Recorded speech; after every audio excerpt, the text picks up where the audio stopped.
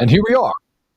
I know I postponed the cigar the other night, so I owe all of my loyal viewers an apology. But obviously, Andrew was going live with Alex Jones, the interview he did on InfoWars, which was fantastic. I didn't want the two events to collide one with another. But I heard all sorts of conspiracy theories. Tristan can't go online because, the BBC have released new evidence against him and all sorts of nonsense. No, it was simply that Andrew's broadcast on InfoWars with Alex Jones was going live at the exact same time. So I canceled my much-awaited cigar evening to instead watch that with Andrew, and so as not to compete in terms of viewerships, because I know most of you who are watching this did watch that. The question, I guess, is why am I not in my podcast studio, and why are you joining me tonight from my garden? The reason is very simple, and I'm going to go into that after I speak about today's cigar. Now, today's cigar is actually going to remain a mystery. I'm not going to tell you what it is. I'm not going to tell you how much it costs. I'm going to take all the labels off and scrunch them up, because today's cigar night, as you know, the cigar night is I light a cigar and I answer your questions until it's time to, until the time when my cigar is finished. And then I go about my day as usual. But this cigar night is not about the cigar itself. It is about the lighter that I'm going to light it with. So, bad mic, people complaining about the sound. People complaining about the sound. Hopefully it should be fixed. People are complaining about the sound. Hopefully it should be fixed. Okay, should be fixed. And once you can hear me slightly better, I'm going to keep talking. And once you guys can hear me okay, then what I'm going to do is I'm going to continue and I'm going to start actually again from the beginning. So I have friends saying it's not fixed, people saying it's cutting out, people saying nope, people saying the mic is not on. Still bad, not fixed.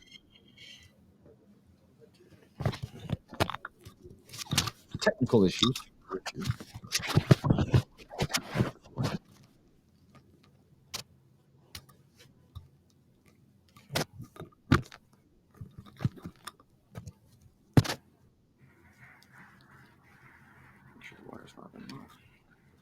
Does that make a difference?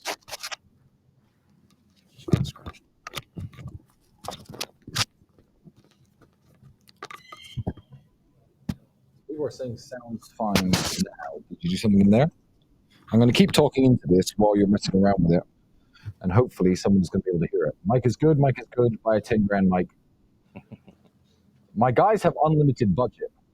Audio is good. Okay. Audio is good. That's great news. So what I'm going to do then, gentlemen, is I'm going to start again. I'm going to start completely again from the beginning.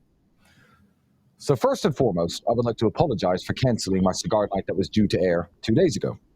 The reason I canceled that, because there were lots of conspiracy theories on Twitter. Why did he cancel his cigar night? Did something go wrong? Is something going wrong in Tristan's life? Has nothing to do with that at all. What happened was I got word from Alex Jones over at InfoWars, who I will be speaking to very soon, that his interview with Andrew was about to go live on Infowars.com, banned.video. So I decided, as not to compete with the debut of the interview with Andrew and Alex Jones, and so I could watch and enjoy the interview myself, I decided to cancel the cigar evening and stay at home and sit in front of the TV and watch Alex Jones, who I absolutely like, absolutely love. Alex Jones is the man.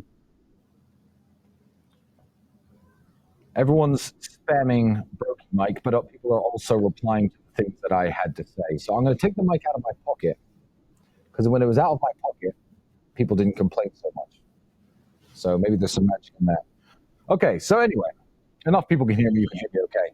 And the reason that we have this strange microphone set up is point number 2, why you are joining me tonight from my garden and not from my illustrious, luxurious, perfect sound quality podcast studio. And the reason is very simple. The reason is because I want to be in 2 places at once. I want to be here at the cigar evening, which I promised everybody I was going to reschedule. And I also want to be at this gathering of my friends and brothers from within the War Room. What the War Room is and what the War Room does, I feel today is more important to cover than ever, because Matt Shea, the DNG, who has already been to a War Room event and knows what we're about for real, is planning on releasing a hit piece on the War Room, as he does. It's the nature of snakes. So before Matt, the DNG, talks about the War Room in a negative light, I thought, I'm here with the War Room guys. I have to do a cigar evening. Why not just let them see it for themselves?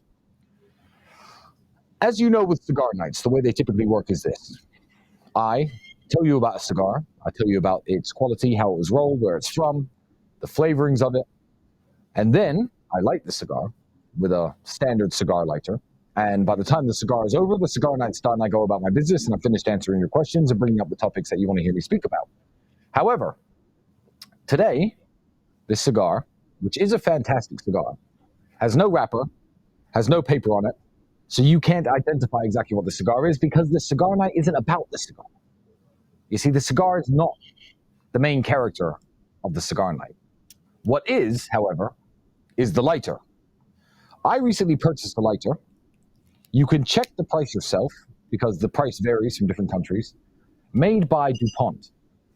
And it is a roulette wheel, complication, white gold, ruby encrusted DuPont with a real spinning roulette wheel where every time I press it, you can probably hear it, even though the mic's bad, spins 26 black. It's your lucky number if you're gambling tonight. Again, 22 black. And I know what you're going to ask, and I'm going to get into this in a second. Tristan, why would you spend 55,000 American dollars on a lighter? Why did you buy it for? And the answer is very simple. To light my cigars. Because this, although it's an intricate piece of jewelry with a Swiss watch mechanism and rubies and jewels, etc., it also has this really cool feature where if you flick it, flames come out. And you can use that flame to light your cigarettes and cigars, which is what I'm going to do.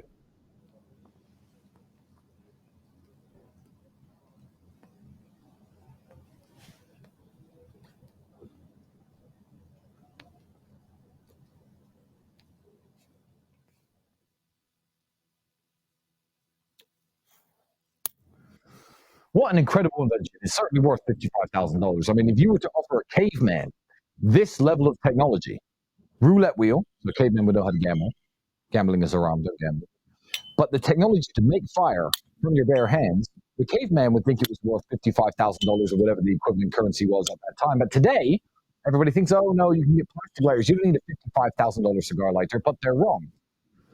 Which brings me on to my first topic of today's cigar evening, which is rich people making stupid and gratuitous purchases. Because many people, since I've purchased that lighter, I've showed it to them, have said either, wow, what a work of art. That's a piece of jewelry in your hand. It's absolutely amazing. What an accessory to go with your fine Cuban cigars. But a few people have said, what a waste of money. You should not have wasted 55,000 American dollars on a lighter. Here's why they're wrong. I'm going to tell you a little story about when I was younger. I used to work as a security guard in a nightclub.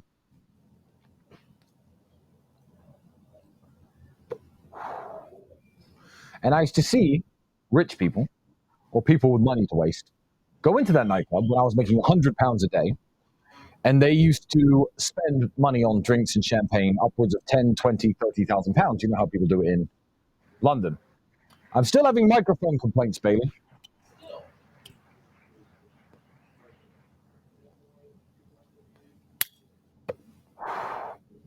So now as I sit here as a 34-year-old man, everyone's saying shitty audio, fixed mic.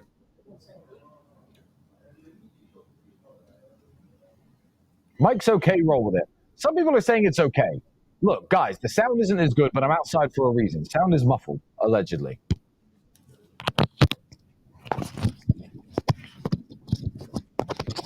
Hopefully that's better. If that's not better, everyone else can kiss my ass. If this is not better, you can all get lost. Hopefully it's okay now. Because he literally just swapped the microphone. Mic is mid. Okay, if it's mid, get over it. I'm not inside the podcast studio. I'm outside. The wind is blowing. The sun is shining. Planes are flying overhead. If the sound is not perfect, literally get over it. Muffled, fine. Great. They're just spamming. Fine. And when it comes to rich people making stupidly expensive gratuitous purchases, when I was young, I thought it was stupid. You see, I know there are people at home saying, oh, you know, well, you spent $55,000 on a lighter. That's not okay. I'll tell you why it is okay, and I'll tell you why it makes perfect sense for me. as a young man working in the nightclub for £100 a day, and I saw people spend 20, 30,000 pounds on champagne, I think, oh man, what a waste. Because if I had 30,000 pounds, I'd buy a new bed. My bed was fucked. Oh, I'd upgrade my car. I'd buy some nice clothes. I'd go on a nice vacation. These people are stupid. Really, I was stupid. And the reason I was stupid is because I should have realized that by the time a man has the money where he could spend 30,000 pounds on drinks on a Friday, that his bed isn't broken, his car is perfectly fine, top of the range, he has a nice house, he can go on vacation whenever he likes. So I know that people are going to say that this lighter is a waste, but it's a thing of beauty, it's a work of art, and I like it. And $55,000 to me is not what $55,000 is to most people. And if I like this lighter and I want to light my cigarettes and my cigars with it, then why shouldn't I have it? Because it doesn't make much of a difference to me. If I were to spend $50 on a lighter, back when I was broke, people wouldn't think that was necessarily that stupid, but I only used to make about $50 a day working in my fast food jobs, for example. I make more than $55,000 a day. This is less than a day's work. It's fine. So I like this lighter, and that's what the cigar meeting today is about. It's not about the cigar, it's about this lighter, which I'm going to put on display for all of you to look at. I'm going to try and get the gold one if it comes up for sale. There's only 88 of these in the entire world, and this is number 5 of 88. So I'm going to try and get the gold one, but until then, you're going to have to look at this one on my cigar nights. It's absolutely wonderful. Now, another question, which brings me to why I'm sitting here in my garden today, is, oh, you spent $55,000 on a lighter. You could have given that money to charity. Motherfuckers, what's wrong with you? I am so tired of purchasing things and hearing from people who do nothing for charity and who do nothing for anyone else in the world what I could have done with that money instead, that they would prefer me to do with it. I give a lot more than the cost of that lighter to charity, and that is actually why I'm sitting here in my garden today. In a moment, a bunch of people are going to come out the house when they're finished talking and giving their speeches, and they are members of the War Room. And the War Room members are here this weekend in a gathering to raise money for charity. The War Room does events, which teaches various things: how to dress, how to behave, how to act like a gentleman, how to shoot, technical skills, sales, things that benefit you in life, things that help you grow as a man. But the War Room, unlike the previous meetings we've done this weekend, I decided to just host a bunch of War Room dudes in my house. Everybody donated amounts of money to charity at random, and the first 50 people got to come to my house to speak to me. I think that one of the guys only donated a couple $100. It was all he had. But here he is invited to my home in Romania. I want to make something very, very clear. I do not allow strangers into my house, but the War Room are not strangers. A hit piece is coming out on the War Room. Matt, the DNG, is working on it. But what the War Room really is a network of men who all share the same vision in life. They share the same attitudes, the same goals, the same aspirations, the same values. That's who the War Room is. I used to hear many years ago that you only ever have 5 real friends.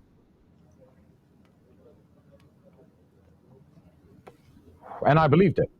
I believed that you were very lucky to find 5 real friends ever in your life. And the reason is because the world is not set up to make friends. If you're a man of value and integrity, you have to walk through the world, and by chance, every once in a while, when you meet a new man and meet a new guy, find that he shares the same values as you, and then take the opportunity to speak to him. You're not going to find people like that.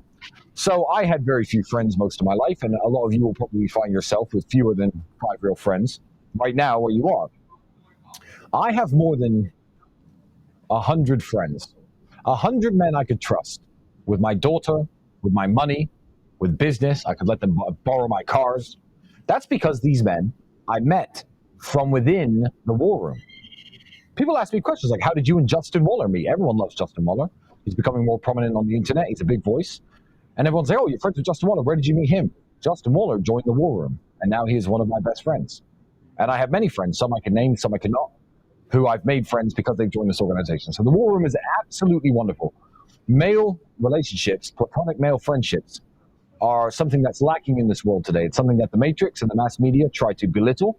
They try to say isn't important. They try to make it gay, but it's not. Male companionship and male friendship is one of the most important things in any man's life. And if you lack it, you're not going to have a very happy, and fulfilled life. You can have all the women in the world. If you haven't got a friend or brother who's got your back when times get hard, you're going to struggle. So that's what the War Room really is and what the War Room is really about. So they are all here because they donated money to Tate Pledge. I would like you all to go to tatepledge.com because I'm not Mr. Producer. I don't have the ability to spam a bunch of videos here, but I'm sure we will in the next emergency meeting. But we've been doing some amazing work in Syria, some amazing work in Palestine, and the way that Tate Pledge works is very simple. It's not a charity that tries to make money because we have no CEO, we have no HR, we don't film TV commercials. Everything that we do, the goal is towards providing children, primarily in war-torn countries, with food and water. So we build pipes, sewage systems, water pumps, and of course we provide thousands and thousands of meals daily to parts of the world that are struggling. We also finance schools in Syria to make sure that young boys and girls in the war-torn country of Syria can get a good education.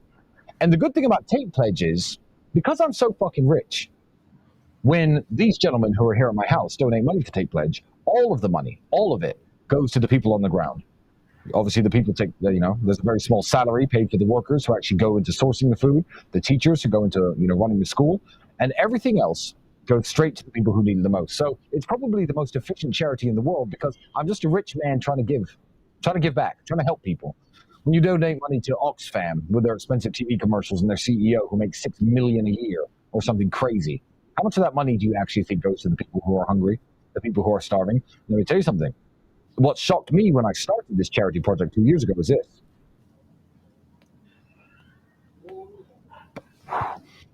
I can't believe how cheap things are in the third world. We're sometimes providing meals, big meals that fill people's stomachs for 40 cents, 30 cents. Sometimes they're $1, sometimes they're $2. But when I think of all the billions with a B, donated to charity since the 1960s and 70s, since Live Aid was a big thing, I think, what the fuck have these charities actually been doing? Because if you give me access to the kind of money that these charities have, no one in the world and no child would ever be hungry ever fucking again. I'm doing my part. It's not perfect, but I'm doing my absolute best. And I'm telling you that things in the third world are exceptionally cheap, and you could do a lot with a little. If you are not selfish, if you're not in it for profit, like me and my brother are. So, all the gentlemen who are about to come out here and start smoking cigars and having drinks and eating great food have raised over $200,000 in one weekend, and all of that goes directly to the Tate Pledge, and that's why you're joining me in my car. So I've had a few topics that I wanted to talk about today, because I get asked a few questions, and there were some that were very, very interesting for the last cigar night that actually didn't take place. So I've covered why I'm here. I've covered why I'm outside.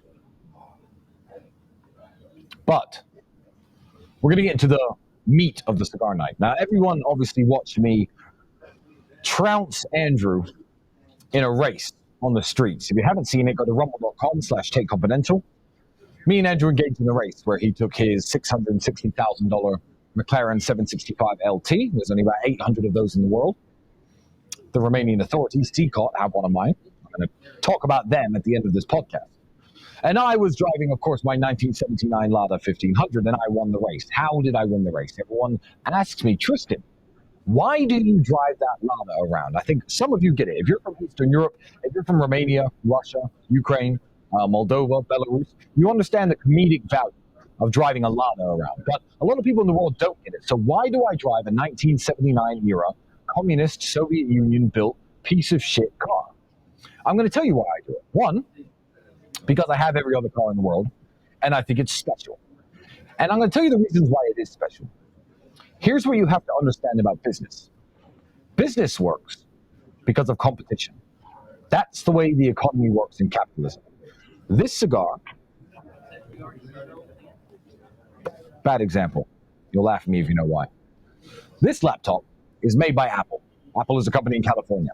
Other companies make laptops. They all make their laptops, and they try to make them cheaper and better and more efficient and faster with better features than other laptops at a lower price point. And the people who nail the quality for price point mark tend to win in competition. So my Lada was not built in a state of competition.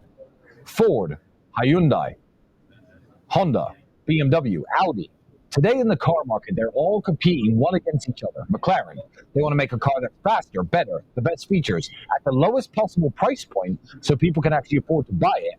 And the companies that are the most successful at this stay in business, sell the most cars, and become the most popular. Where the Lotto was built at a very different time. And this is why communism doesn't work.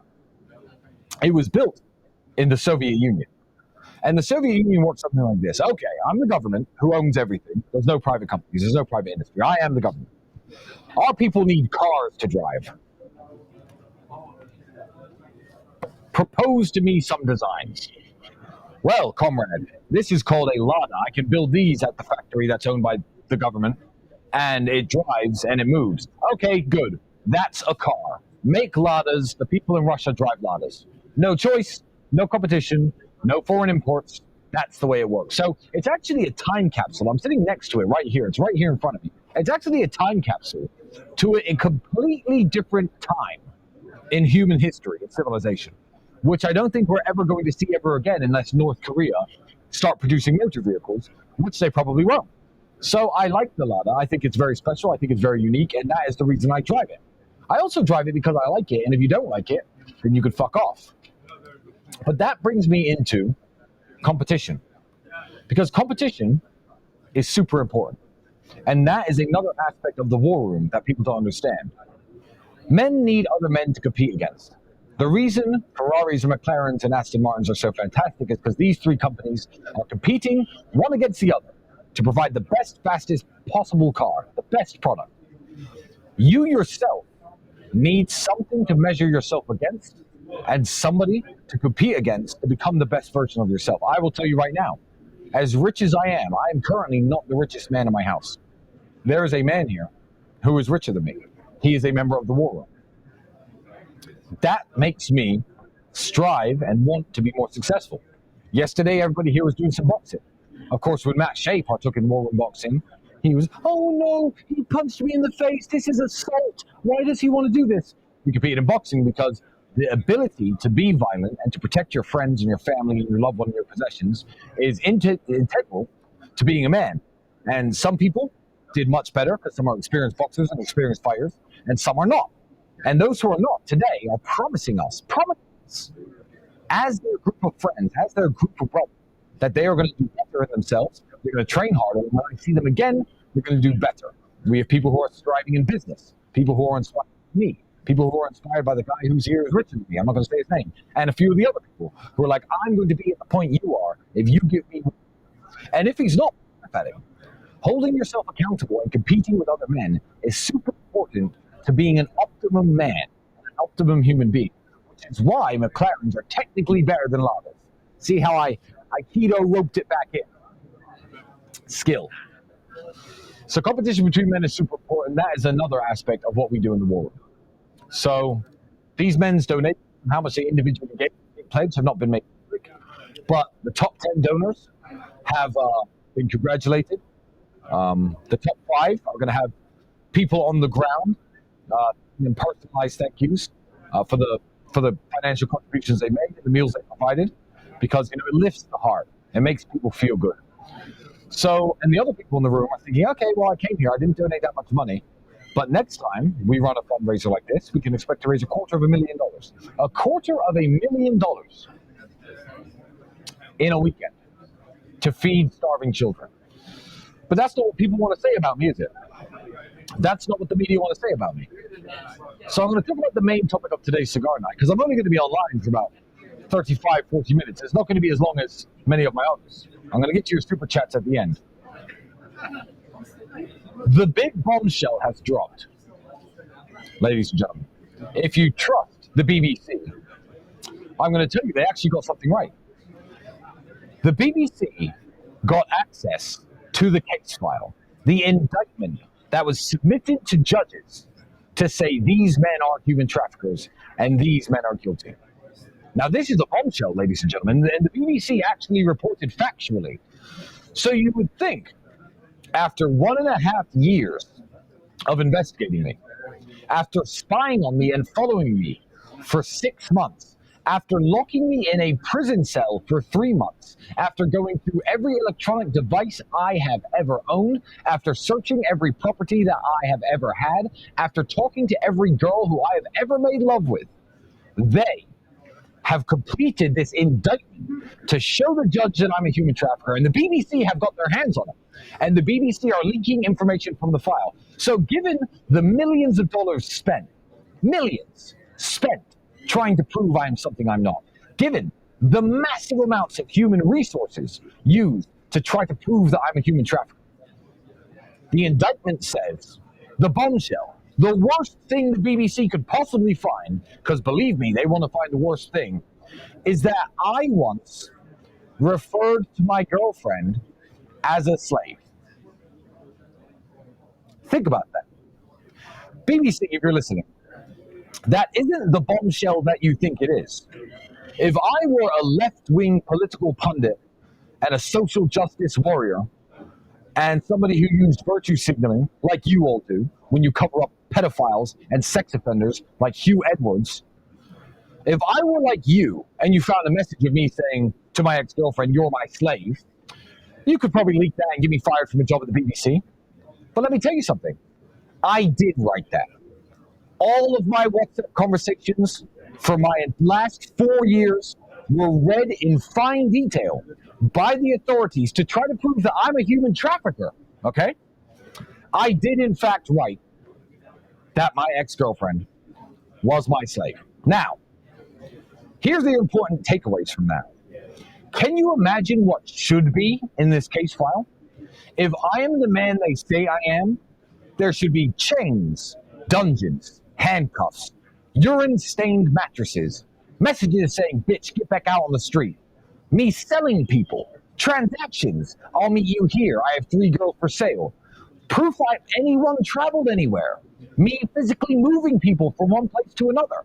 That's what human trafficking is. Why, if the BBC got their hands on the indictment, do they print a story that says, "I called my ex-girlfriend a slave"? Because, ladies and gentlemen, this is the great bombshell. The BBC lined this up for me. That is as bad as the evidence against me gets, which is insane. Because the girl who I called a slave, obviously as a joke, 1, did not make a complaint about me, 2, is protesting that I'm innocent, 3, has told everybody I'm a lovely person, and 4, it's not even about the girls who lied and came here. I wasn't even talking about them when I said someone's my slave. So you have to ask yourself a question. Does me once saying on WhatsApp, "Oh, don't worry, she'll clean the house, she's my slave," does that merit locking me, my brother, and my friends up in a fucking prison for 3 months, subjecting us and our families to the worst forms of physical and psychological torture, locking us in our houses? I haven't been free since December 2022. I'm still not free now. If I leave the city limits of Bucharest, I will be arrested and thrown back in jail because I once said a girl is my slave. I did say that, BBC. You got that right. But you have miscalculated how underwhelming that is as a bombshell after this level of media storm and investigation. Yeah. Let me give you another example while I light my cigar with my $55,000 lighter. If you're one of the investigators, obviously trying to put me in jail, if you're an immoral person, you'll never own one of these. Gotta put God first. Start doing the right thing.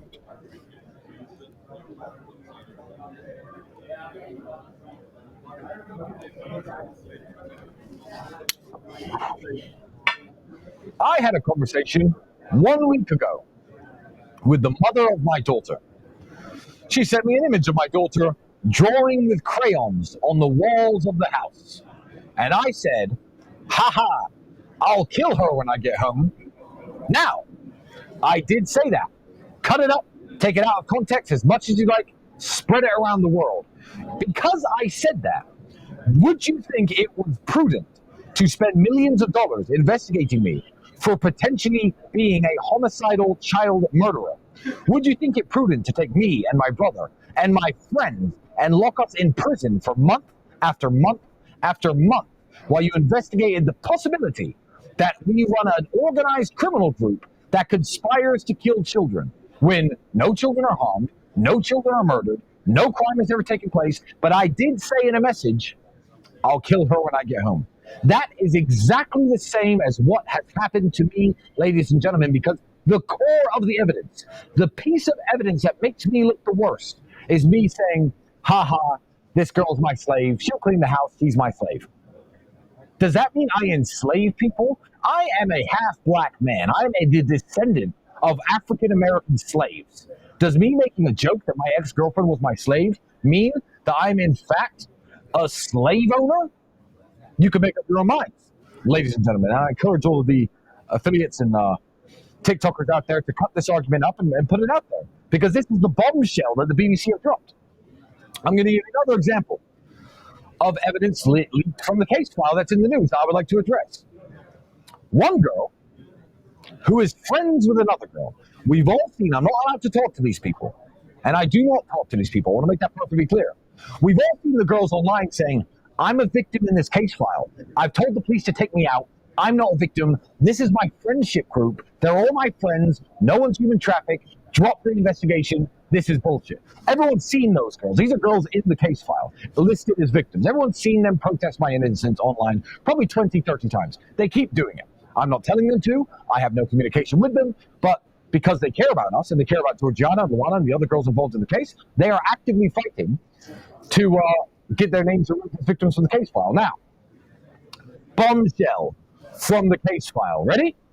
Strap yourselves into your seats, ladies and gentlemen, because this indictment was built and put together to prove I'm a human trafficker. Bombshell from the case file. All of these girls, the girls who were locked up, the girls who were said to be victims but they're not, mess around on TikTok, as everyone does. I'm banned from TikTok. I don't have TikTok. Half the people here probably have TikTok. And they did TikTok live streams of their own accord by themselves and posted TikTok videos and all helped each other out, build each other's TikToks up. During one conversation once, with all context ignored, I'm going to say the clip first.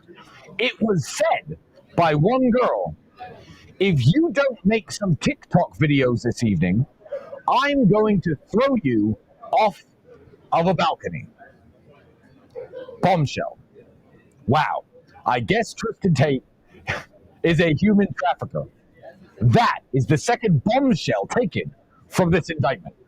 Now, I know that when girl A typed that to girl B read it and went, ha ha ha, she's so funny. I know that she was not actually seriously thinking that she was threatened of being thrown off of a balcony. Ladies and gentlemen, the house she lives in has no balcony.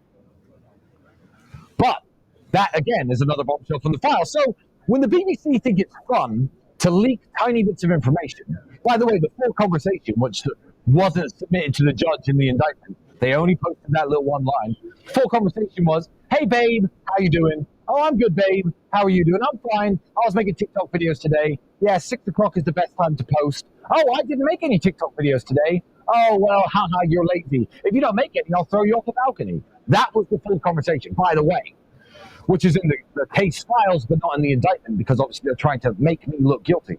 So that is the second bombshell. Can you imagine if you found a real human trafficker, what would be in that case file? Can you imagine? Think about it. Someone who kidnaps, sells, and traffics women.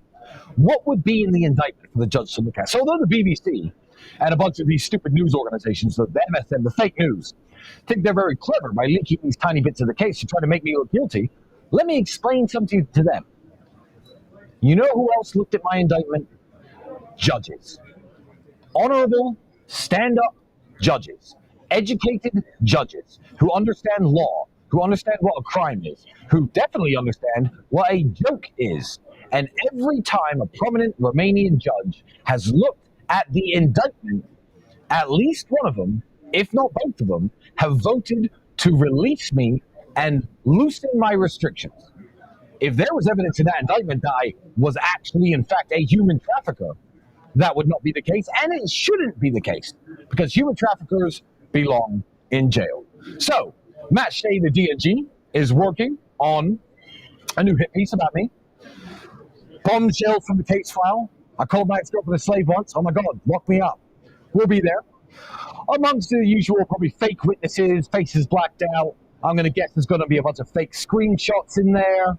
And yeah, good luck, Matt. But you're a loser and no one cares what you think. Now, I've got one question that I actually want to answer before I go back to talking about what's going on here in my house tonight. Because this I thought was a very interesting one. I have a social media platform. I'm not banned everywhere. I am allowed on X, formerly Twitter. And I was having a very interesting conversation with somebody, and people keep asking me about what I think about X and the future of X and how I think the free speech movement is going and how Elon is spearheading it by taking over this company. And I also get asked, hey, Talisman, do you want Instagram back? What would you do if you got Instagram back? I'm going to explain to you why I do not want Instagram back. The best thing Instagram could do for themselves as a company is to let me back immediately, today, tomorrow, reinstate my account. And I'm going to tell you why. Because if I was given my Instagram back now, I would use my Instagram. And me and my brother would have two of the biggest, most active accounts in the world, and a lot more hours we spent on Instagram, because Instagram are losing the social media war. And the two biggest soldiers for any social media platform have been cut off of Instagram because of their woke ideology. The best thing Instagram could do is to allow me back on Instagram immediately. And I'm going to tell you why.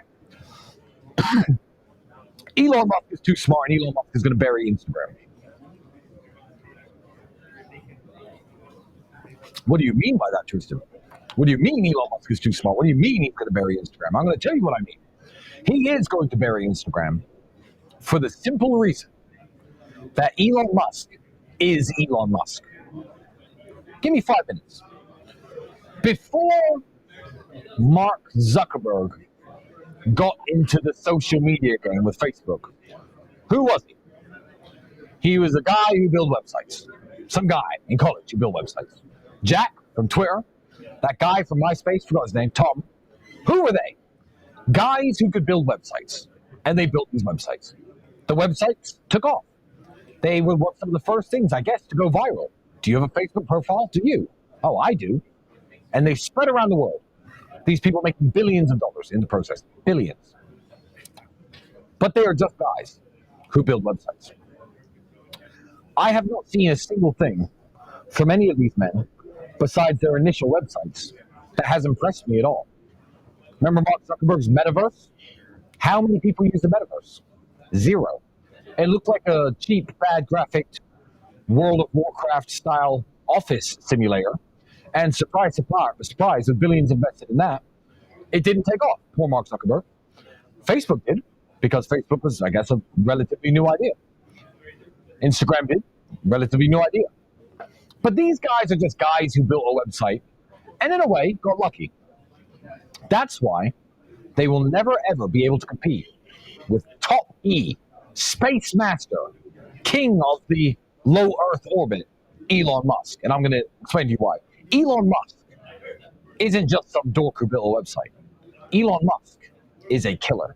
Elon Musk took over businesses like Tesla, an electric car company, and everyone laughed at him and laughed at the concept and turned it into one of the most successful car companies on planet Earth. But planet Earth wasn't enough for Elon Musk. No. Elon Musk took to the stars. He looked at rockets built by NASA and the Soviet Union during the space race by pioneers like Werner von Braun, who were geniuses, former Nazi, genius nonetheless, and said, this isn't good enough. After the rocket shoots in space, we should be able to land them afterwards. Everyone laughed at him. They laughed at him and laughed at him. NASA astronauts laughed at him. And he fucking pulled it off. He built the fucking dream. He's going to space. He owns one of the most successful car companies in the world.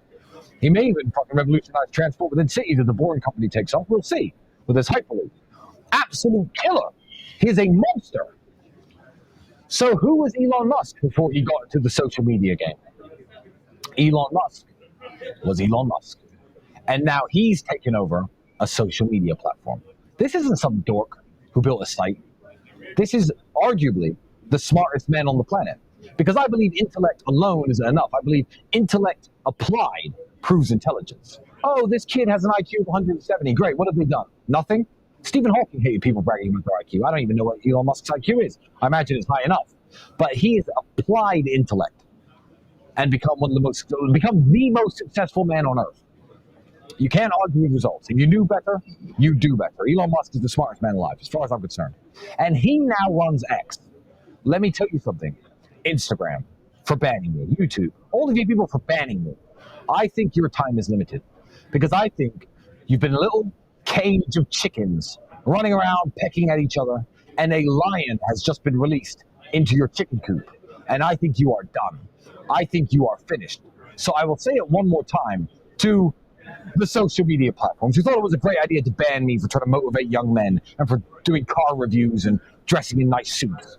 I'm going to tell you right now, the best thing you could do is to unban me now and make hay while the sun shines. Because when Elon Musk and X kills Instagram, when engagement on all these platforms drops to near zero, when X is a payment processor and a way you can send money to each other and to store your photos, and when these people on Instagram with millions of followers who get nothing in return are doing the same thing on X and getting big checks every month for the interaction that they cause on the website because Elon is a man who is honorable and your platforms are dying, then, and only then, I believe you may make the decision to bring back Tristan Tate, to bring back Andrew Tate. What a revolutionary headline.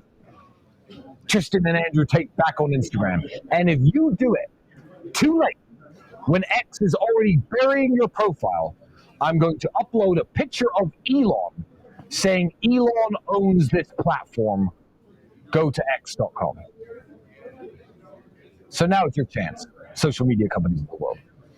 That's what I think about the future of social media, and that's what I think about what's happening. That was one of the main questions I wanted to answer tonight. This broadcast is going to be a lot shorter than a lot of them, because of course, all of my esteemed guests and colleagues are over here, waiting for me to join them for drinks and conversation, to celebrate how much money we've given to charity and the great things we've done, and hopefully, so we can network and make a few new business partners, maybe even some new friends. Crystal clear to all of you out there, I only make my friends from within the war room. I only make my friends from within the war room. Because I know before I speak to you, before I invest the 2 hours it takes to get to know you, that you are at least aligned with my values. And the war room's values are simple. Strength, honor, physicality, intellect, bettering yourself, becoming the best version of a man that you could possibly become. I await the hit piece from Matt Shea, the D&G. All of the men in the war room were making a promise to each other. A promise to themselves and a promise to each other about the next time we meet up. Because men need to hold each other accountable. I'm going to be stronger. I'm going to lose this much body fat. I'm going to make this much more money. I'm going to have read 40 books. I'm going to have done this. I'm going to have done that. And they repeated their promise in front of 30 or 40 different men here in my house. Because he knows by saying it in front of us that we're going to hold him accountable for it. So I think I'm going to end this broadcast after just 45 short minutes with the promise that I made to the men of the war room. You see, I make lots of promises to myself every day, and I make lots of promises to my brother. And I never, ever disappoint myself. But if you repeat a promise in public, it becomes more real. If I give my word to the 400,000 people who will eventually watch this podcast, it means something. And what I promised to the men in my house was very simple. Everybody in life has these goals and these aspirations, and they're giving examples about wanting to have more children, wanting to improve their relationship with their kids. I right now couldn't give an example because I don't know what my future has in store for me. For one of the first times in my life, my destiny is no longer in my own hands. I am not the sculptor molding the clay. Ideally, and going by what's happening right now, the judges, who are clearly talented, wonderful people, are making the correct decisions every time. So hopefully it's only a matter of time before a series of correct decisions sees me liberated and sees this ugly chapter of my life behind me. But there is also a possibility I guess because I am wrapped up in the legal system. Not that I'm guilty of any crime, but that for some reason I will see myself in prison for 5 years, 10 years. God knows, the people who are trying to do this to me are powerful and they are determined. The judges are what are standing in their way. God bless them.